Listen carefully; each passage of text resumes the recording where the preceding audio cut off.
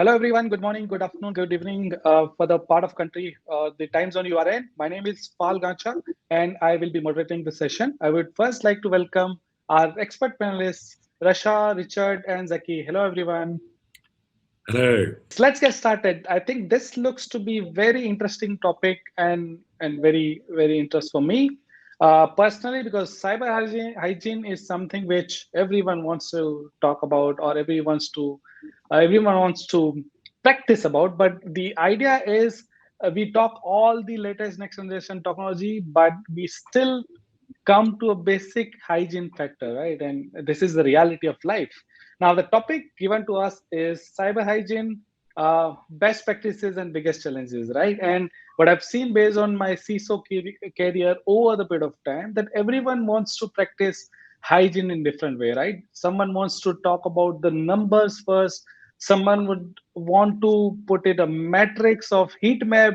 We are here, we are there, but the reality is, we all practice cyber hygiene in different ways. And that's where we want the entire our audience to learn from our industry leaders from different variety of organization you're coming from, to learn how you are actually practicing the cyber hygiene, right? So I would like to start with basic question from, let's say, Rasha, that how do you what does this cyber hygiene means to you? How do you actually practice it? So cyber hygiene is not limited, by the way, to the business world. Cyber hygiene, as individuals, there are key practices. If we maintain them, it will help us actually in mitigating and reducing risks of compromises. And when we talk about maintaining cyber hygiene in businesses, it helps ensuring that the security, the understanding and awareness of the security controls is always maintained, and it helps definitely the organization in defending against continuous compromises, because cyber threats, or since we're relying on technologies and we're relying on digital services, that actually increased the threat landscape. And only by maintaining good cyber hygiene, we will be able to defend against the changing scenarios, to attack organizations and also to attack us as individuals, part of the community. Very well said. Good start, Rashad. Richard, you want to answer that next? Yes, certainly. So thank you for those few thoughts, because I think that you picked up on some ideas around the risk and so forth. And I speak to a lot of CISOs, and they look at the risk the organization faces and the threats and what might happen. And they realize, I'm finding, that in many instances, it's just the real fundamentals not being addressed that is causing the issue for them. And so we're now starting to hear CISOs talking about getting the basics right. And one expression I heard was doing brilliant basics. So brilliant basics is becoming a bit of a phrase. It's just getting the fundamentals right, because that's the best way to manage the risk. And as this is becoming a priority as our businesses change so much, as we adopt all of these new technologies and new practices, so the perimeter has disappeared. And so CISOs are increasingly worried about getting visibility and control over what they should be defending. So getting the basics in right on all of the core fundamental controls we have will be the biggest risk mitigator. So I think that's why CISOs are now looking so closely on cyber hygiene, brilliant basics, getting the basics right. Call it whatever you will. That's why I think they're looking at it now. Very well said, Richard. So many bullet points. I will probably reiterate at the end of the session. Going to Zaki, your initial thoughts about cyber hygiene factors. Yeah, I mean, I completely agree with my fellow panelists. I mean, to me as well, cyber hygiene is not just an IT or a security problem; it's a business problem, and I think of it exactly the same way as Richard was mentioning. I think it's a matter of going back to the basics, and one of the ways to help you figure out what you need to do I mean, you can choose some sort of a framework to utilize to help you figure out what those basics are, as an example. And I think that's one way forward. And I'm sure as we continue this conversation, we'll get into, some of what are those basics and what are those frameworks potentially organizations can utilize.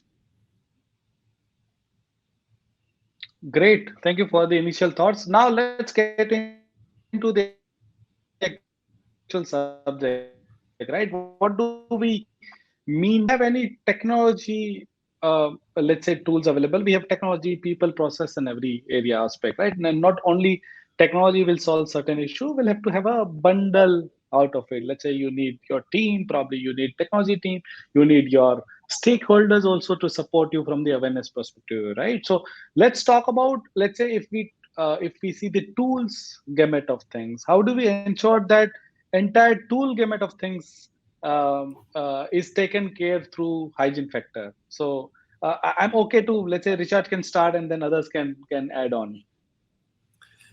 Right. So looking at it from the tool perspective, I think we have to look at the sets of controls and the reasons or that they're needed.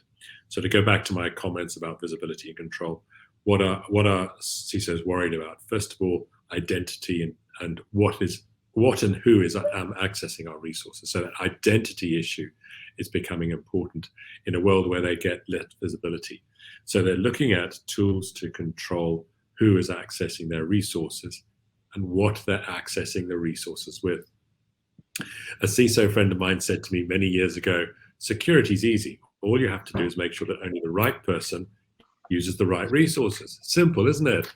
But of course, there's a lot in between that we need to know about. So bringing in controls around identity, about authentication, around putting in biometrics, about being able to build a profile of that identity is becoming important.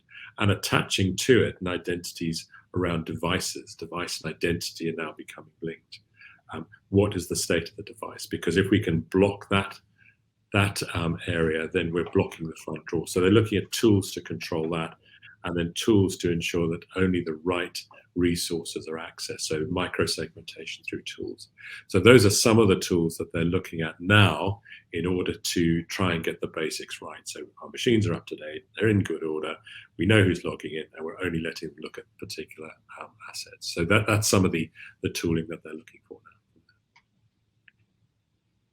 Very well said. I would like to reiterate that you have touched upon the identity, you have touched upon the right skill set to use the tool, and you have touched upon the right tools to be deployed, part of the gamut of things, correct? Correct, yeah. Great. Yeah, Rasha, what's your view on the tools portion of it? So I think it's important that in addition to the reliance on technology, a manual validation needs to be practiced as well to check for the effectiveness of the controls in place. Because if we look to the initial, when we started the discussion today, we started to say that we need to go back to the basics, right? So the basics is about ensuring that configurations, settings are in place, rules are configured, and all of that are being configured on the technology. So if I go and just rely on the report on that technology, it might not give me the right basically results, or sometimes if I'm not able to read and differentiate between differentiate if the report is reflecting really what's being configured, or if it's going to provide maybe false positive. So I think there needs to be some challenge to these reports, and this require maybe some sort of a I wouldn't say manual testing, but human element there is important. So we're seeing in some organizations, instead of relying only on scans that are being performed by technologies to assess the effectiveness of the applied controls and ensuring that their basics or the basics are implemented correctly, there are sort of manual assessments that are being performed, red teaming activities that are being performed. All of these are basically performed to assess if the basics are done in a correct way or not. So yes, technology is very important, and it's the complete set of technologies from identity going into the network protection, ensuring the various protection layers are in place, the zoning of the network, isolation of your critical assets. All of these are excellent, but at the same time, it's important that we don't rely only on getting these technologies to protect the environment. The the human intervention is required there to validate the effectiveness of these controls. Yeah, very well said. I think, Rasha, just to echo that, the idea is we expect tools to do everything for us.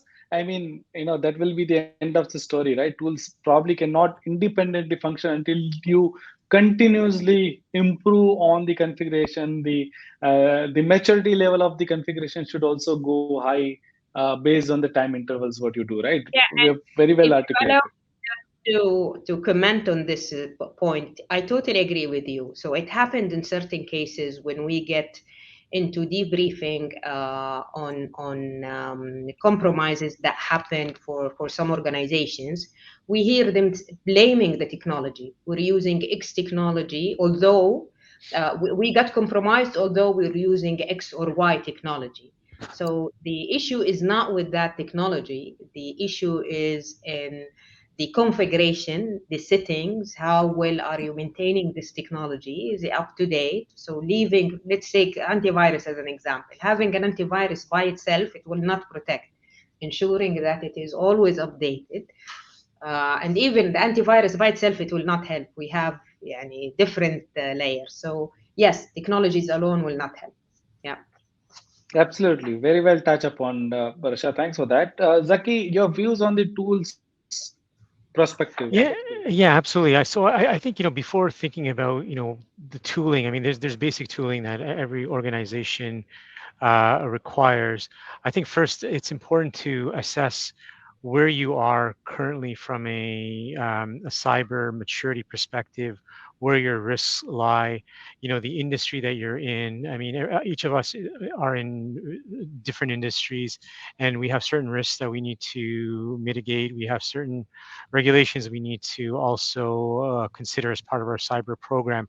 So all those types of things play into the development of a strategy roadmap and a program, and then through the program, you would deploy your tooling.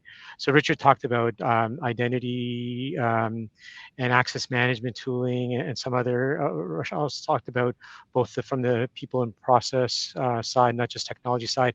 I think one of the things I'd like to add on the tooling side, which is a very important tool, and our staff user awareness training, I think they're a very important tool set in the cyber risk mitigation for all of us. We know that technology can be very advanced, it can be very strong, but it just takes one individual within our organization to click on the wrong link, and somebody having access into our network, to our data as well. So I think the people aspect of the tooling is very important as well, for me, and I'm sure for my fellow panelists as well.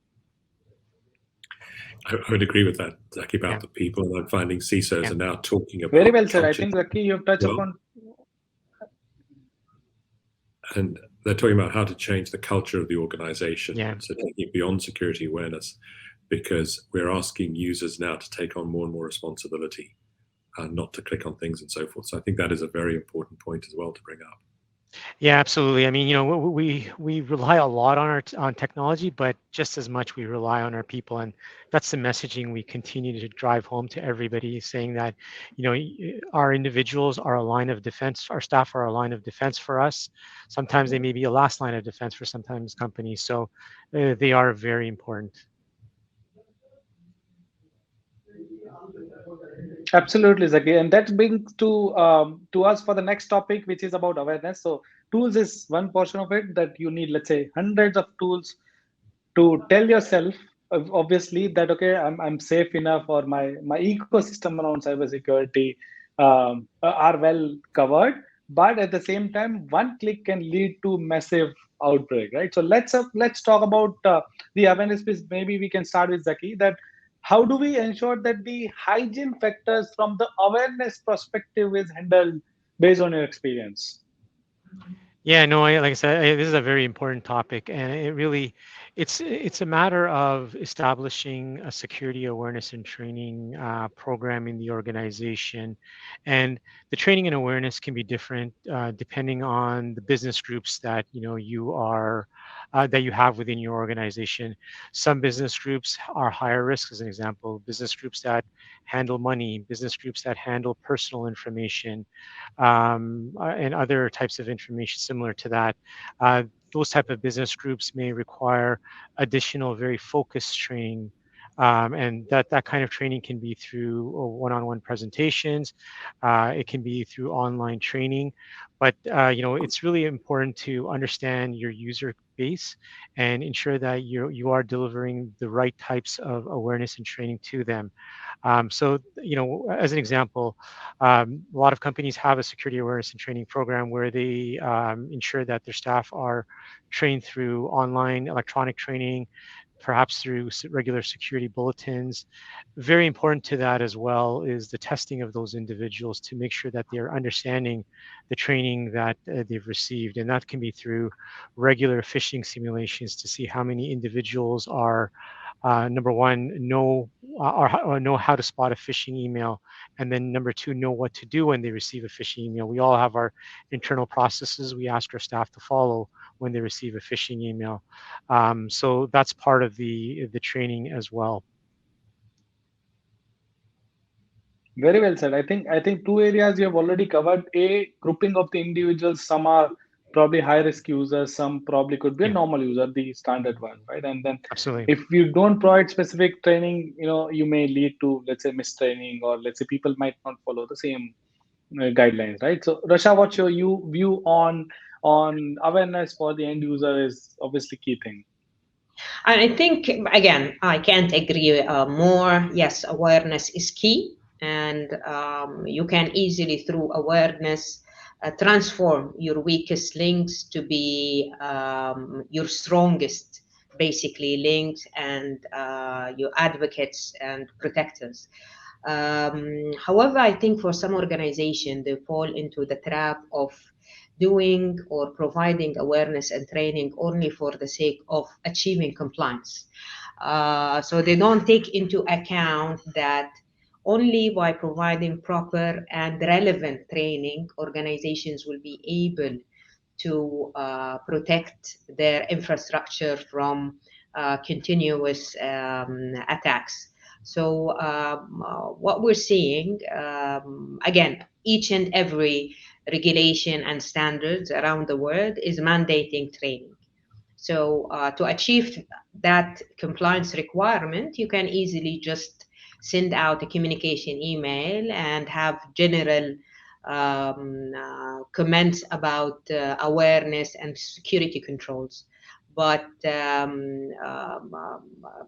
needs to be tested, similar to what my colleague Zaki just mentioned, to test through continuous phishing simulation. Another way in identifying your risky individuals within the organization is looking into how they handle and how they respond to emails. So security administrators has the view, or they have a view and visibility on the employees who are mainly clicking on all spam emails and responding to all marketing communication, and they are clicking on all phishing emails. So these are the high violators or the risky violators on monthly basis, and these needs to go through training all the time, even if they're repeating that on monthly basis. And the tone needs to come from the top. So it's not enough that security department is responsible about delivering training and awareness. Training programs are being designed and delivered. However, if no one attended the training, that should not be accepted within the organization. So if the leaders at the top of the organization are not practicing, are not participating in these trainings, trust me, they will be continuing to do it for compliance purposes only, and that will basically be a waste of efforts, and unfortunately, they will get into a lot of trouble. Absolutely. You have touched upon very key points, Rasha. What's your view or Richard on this particular awareness part of it? You know, I think Rasha brought up a very important point on the coming down from the top. And I think when we talk about security awareness training, we should also be thinking about how we train our business manager colleagues and our senior executives about security and the need for security. So it's more than just phishing simulations. It's actually trying to bring that risk awareness through to senior management so that they understand the importance and they can then support us in any form of security training program. Just to sort of go back and think about things like phishing attempts, one example, in one organization, I saw how phishing emails would be sent out to test people. And as soon as they went out, everybody in the department would tell everybody else, warning them, hey, there's a phishing email come. That to me was fantastic news. Why? Because we'd got security embedded into the culture. So everybody was watching out for everybody else. And wasn't that great that they would warn everybody that there could be an attack? And we saw it progressing to, I got this text on my phone, watch out. So everybody became very aware and they were telling everybody else. And that to me was a measure of success about change culture in the organization.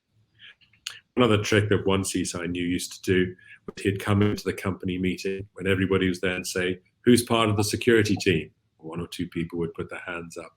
And he'd say, no, everybody put your hands up. You're all part of the security team. And he'd make every single member of the company put their hands up to reinforce that issue. We're all part of the same team. We support everybody. We have to have the security culture. But as Arash said, that's got to come down from the top as well. And we have to try and support and educate our business managers on the need for security training and security awareness. Very well said, Richard. I think I would like to reiterate that point that if every one of us probably think like a CISO or an information security leader, I'm sure no one will click into it. Everyone will be like alerted if, let's say, there's a phishing mail, and whatever technology we implement or whatever tools we implement, the phishing mails will definitely stay, right? The way we probably upgrade our ecosystem, the attacker will also do the same thing, right? It's a catch-22 situation where everyone is trying to probably give the new way of attacking, and then until we probably get the help or a support from our end user, we're prone to the attacks. And I would also like to reiterate the point that the cybersecurity champions, the people who are actually going to one person to other person saying that, look, I've got the spam email, that's a classic use case. I'm sure every organization should implement this kind of out of the box ideas just to ensure that they attract everyone, right? Moving further, now hopefully pandemic is behind us, right? I mean we have come further now, but what we have seen in the market is still the work from home situation still continues, right? We famously call this as hybrid culture, right? Some people come, let's say, 3 days a week or 4 days a week, but the idea is this combination will continue for a while because people are now used to do this hybrid working environment, right? Now we have thought of, let's say, pre-COVID scenario where everyone was working from office. Then the COVID came and everyone was working from home, and now this hybrid. Now, all the strategy we used to make was pre-COVID, right? Or everyone working from office. But now, since we have this combination of hybrid working, how do we ensure that we maintain the hygiene factor? That's a tricky question, which I want Richard to start. That how do we handle this hybrid environment? Well, first of all, I'd extend it. Not only are our own staff working in this hybrid environment, but we'll have third parties as well, contractors, subcontractors, and so forth. So we have to think broader about it as well. And I think this goes back to my original point about identity of users and devices and so forth.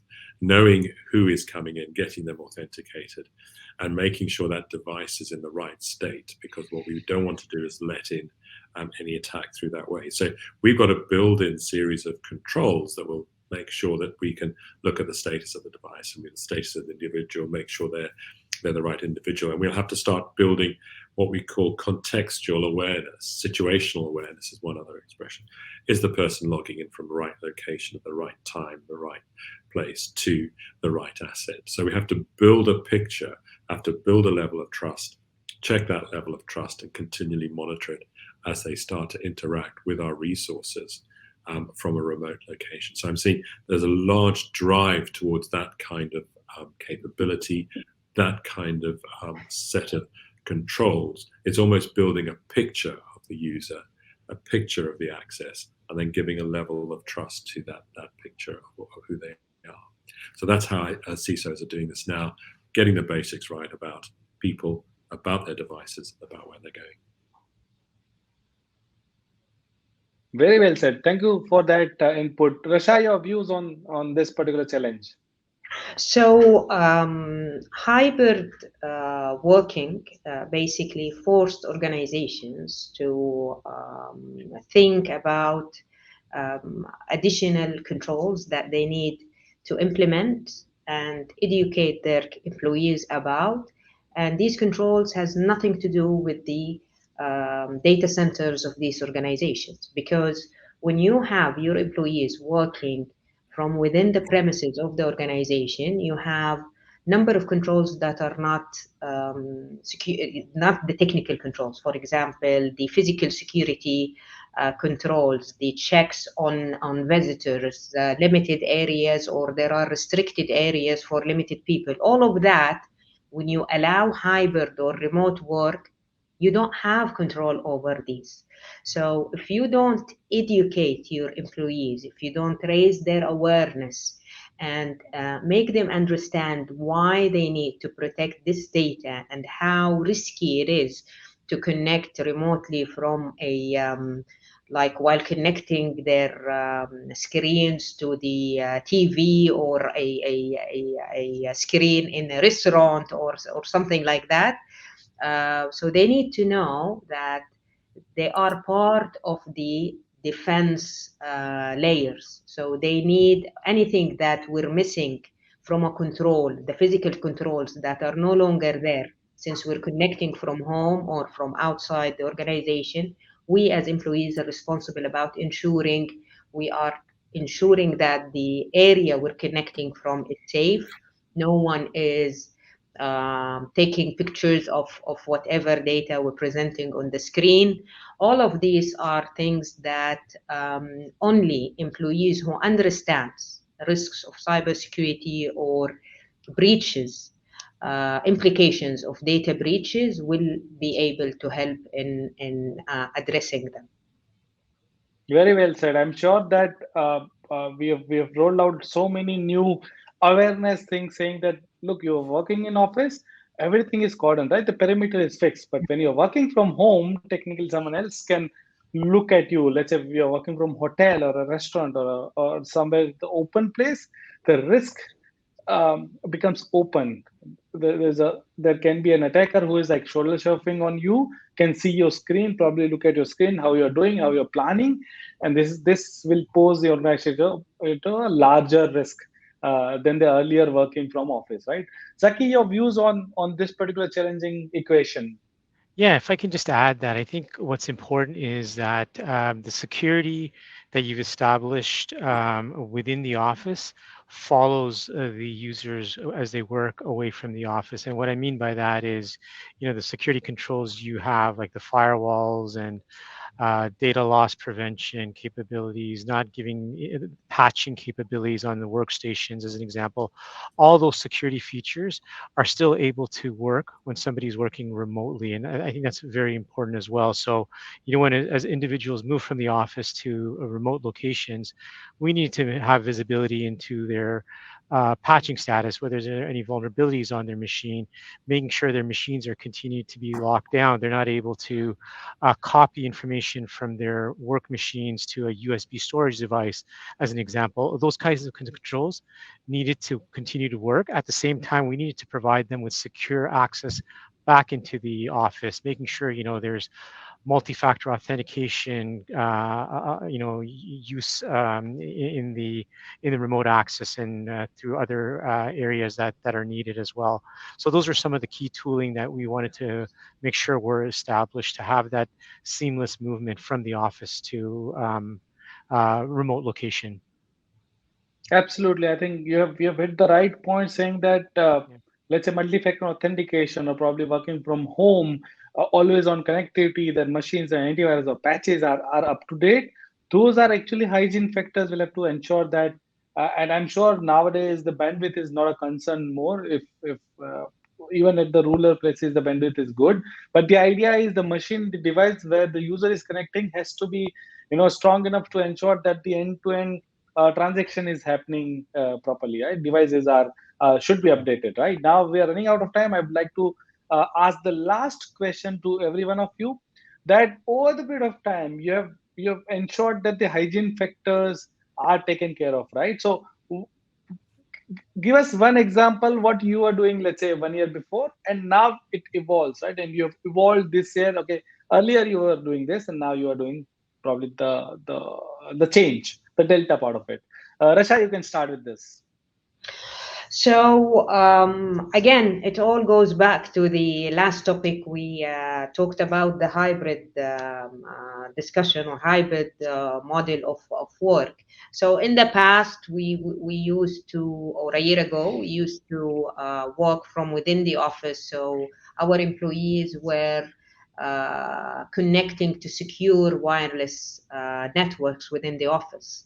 However, when they started to work at home or work remotely through the hybrid model, connecting to wireless is no longer secure. So we started to inject that into their education, how to differentiate between secure wireless networks and dangerous wireless networks. So, and also in addition to that, in the past, we used to focus mainly on checking effectiveness of controls at the technical infrastructure.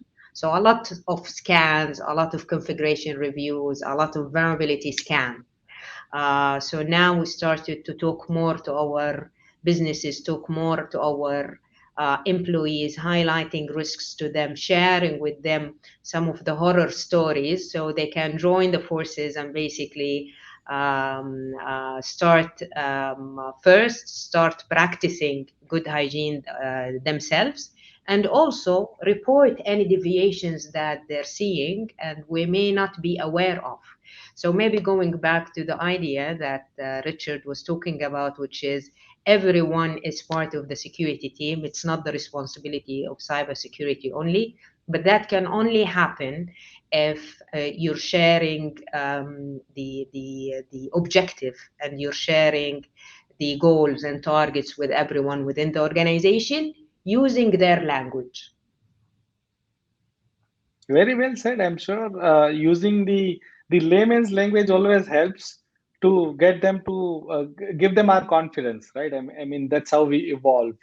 Very well said, Richard. Your last views on evolving hygiene practices. So if you want some of the things we've just been doing, we've adopted this control access approach using MFA, using device checking and so forth, over 100,000 people. But what I think was very good about this program was the way it was communicated through to users and business. With one of the prime objectives was to make the user experience easier when they logged in and they used their resources. So in other words, we were in a situation where security were coming and saying to the users, we're going to make your life easier. And that's always a good message to get across. And also combining with the business and getting them to actually come with their applications to be put behind the new security controls. So there was a lot of change about how people thought about security, focusing on making it easy as possible for the user So they had a better working experience when they were working remotely and working with the business to get the business helping us, actually coming and asking us to implement these new security controls that made it so much better. So I think that's one of the big changes we've had. Great. I think that's a good change you have experienced so far. I'm happy for that.